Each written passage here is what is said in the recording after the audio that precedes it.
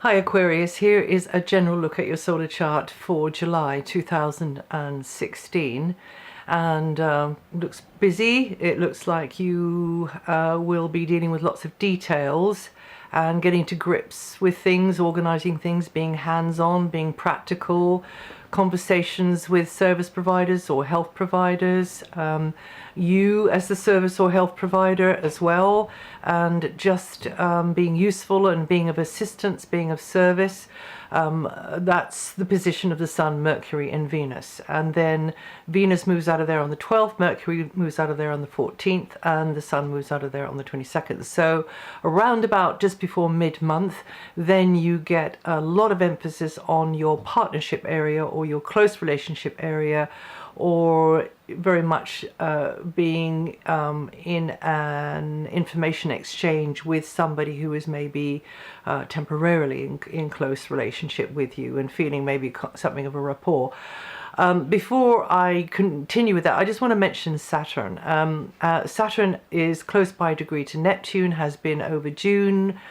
It will be over July, August, September, and they start to pull apart in October. So for you, you've got Saturn in this long transit until the end of 2017 in quite a good area for you, actually, and it means that you can be successful if you slowly cultivate your way, maybe through a new social circle or up the ladder, up the hierarchy in a kind of professional sense. Well, I suppose that's in a nutshell, really. Sometimes feeling as though it's one step back, but maybe two steps forward, and accept that you can only integrate or make improvements gradually with maybe that kind of a circle or group or organization, or indeed with something that you would like to achieve, or something you've hoped for or wished for, but you have to take it steady as you go. You can't get it done all in a rush, or it's not going to come to you all in a rush. So you just have to keep the faith, be persevering, and you'll get there in the end. Aquarians born the 28th to the 31st of January, or with 9 to 12 degrees rising, are going to feel that energy the most. Now, at the moment, Saturn is very near to Neptune. And for us all, for all the signs, for us all across the globe, it brings a certain amount of uncertainty, not having enough evidence, not having enough proof on which to base a decision, not being able to believe what one person is promoting or saying what that is the best or the right way to go, or another person and how they're arguing. So I did another video, the link to which will be in this window somewhere, or has been in this window somewhere, about fleshing that one out, that Saturn-Neptune transit, and applying it to the EU referendum, because at the time I'm making this video, it is very early June, and how that's muddying the waters, how it's confusing things.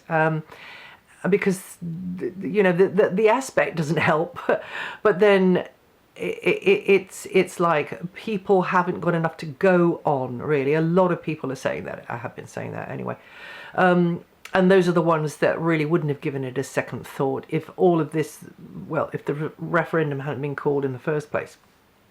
I know it's like, oh, this is news to me, you know, I don't know anything about this. And who are those people in Brussels? Some people who have paid attention to it, of course, will have it firmly, a firmer grasp of it all.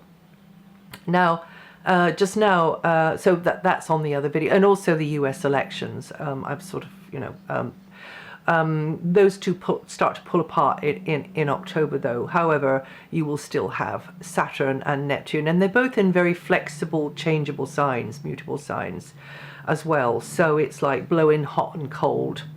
Now, Neptune's long transit through your second house of money, property, possessions, you know, a space inside, outside, that may mean confusion at times, or lack of certainty at times, a kind of changeableness at times. related to those areas there. I mean, it might be something that you're quite happy to kind of go with the flow of, or maybe not, but maybe you feel that you don't have the power to do much about it, because it's all a bit ambiguous, and again, this lack of ability to make a decision. So you may have to put your own desires on one side. Anywhere Neptune goes, we tend to have to do that. We've got to realize there's something bigger than our personal and maybe ego-orientated preferences going on, and so we just have to bow to that. It could just be something going on in the general economy, you know, of where we are at, where our location is.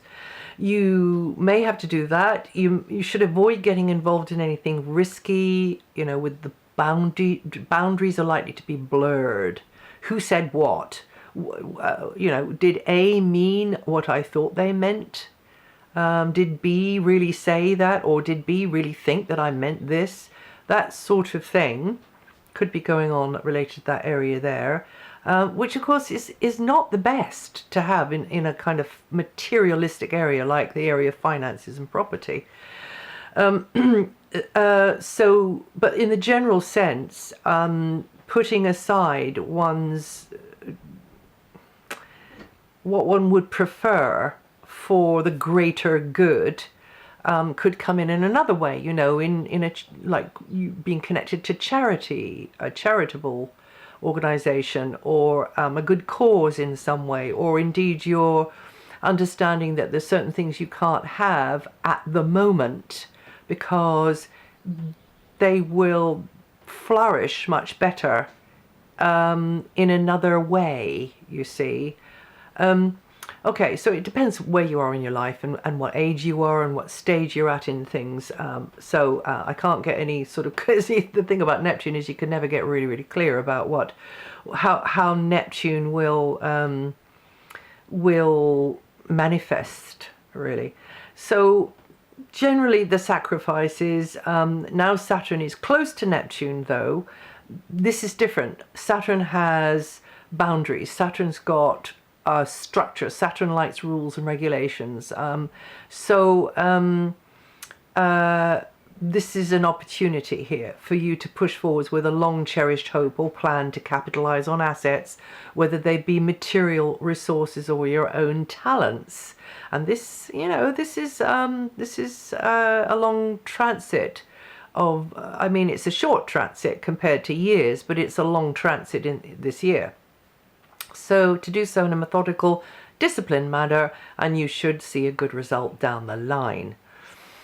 Okay, so now we've got this, as I was saying, the Sun in quite a practical, Sun, Mercury, and Venus in quite a practical area, and then we have them coming out of there and going into this opposite number area, this sharing the load area, this area to do with hitting it off with somebody. In fact, it could give you a boost to your love life, particularly the fact that Venus is in there. In fact, you could get quite friendly, make new friends with people even before the 12th, when Venus moves into that partnership area, close relationship area. Because wherever Venus goes, we tend to feel as though we're in a team, or somebody is carrying part of the burden, or somebody is collaborating with us, and it's not too bad, you know, it feels quite balanced. So it could be like that. Now Mars is at the top of your chart again. Mars has gone back into Scorpio for a long time. Mars will be there until, well, it depends on when you listen to this, but June, July, and until just the beginning of August, in the first week of August. So this is a time to be more dynamic about where you want to go with your life, how you want things to be in your future. It can be career orientated, or maybe it's just not. And you could be making decisions, taking more responsibility about your direction in life, and you care more about the impressions you're making, your like, outer image, how you're packaging things. And it could be that you didn't volunteer this. It could be that just you've got to care more about your outer image and how you're packaging things, because you've got to strut your stuff in some way or another. You know, you have to prove your ability in some way or another. It might be even health related. So over this transit, you could, you know, this is a time to work more seriously on reputation, reaching standards which are demanded by those in authority, maybe having to cross paths with the powers that be, the establishment figures a little bit more, and at times feeling a conflict with them as well. Can even be parents. Oh, I say even, I mean it could definitely be parents, because authority figures are just another version of parents. When we're supposed to be all grown up and adult as well, but that seems to be the way it goes in this world. So you could make progress with the master plan, and also with lesser goals and ambitions with Mars there, because Mars can be very dynamic, very you know, wanting to get the ball rolling on things. So that will help you very much, but just don't be hasty, because Mars' strong suit is not patience. And also, you could feel somebody coming at you who is a bit pushy as well, a bit bossy, because this is the area of bosses and authority type figures, you know. Then, of course, you have the Sun, I've already said, moving into the area of one-to-one type, more interchanges one-to-one, and not so much the to-do list. Jupiter is now putting a beneficial emphasis into your joint financial area. Materially, your life could grow and expand through the contribution of key associations or a partnership. So this can mean more money, possessions, material stuff coming your way, improve physical conditions. It's all good stuff, and you find it easier to access them. Also, there are various other ways this one can work, but it might be something of a learning curve about sharing. You know, whoa, where did I put the spatula? Where did you put the frying pan? You know, I always keep it there, that kind of thing, or it might be something else, but the sort of that sharing thing, and you're finding, you know, it maybe yeah, it might be every now and again bugging you, but you're learning a lot. You Aquarians born the 1st to the 6th of February, or with 16 to 23 degrees rising, will feel this energy the most this month. And that's it for July. If you know your rising sign or your moon sign, listen to those. And also this material is written up on my website, DianaGarland.com, if you want to read up on anything. And I'll see you the next time.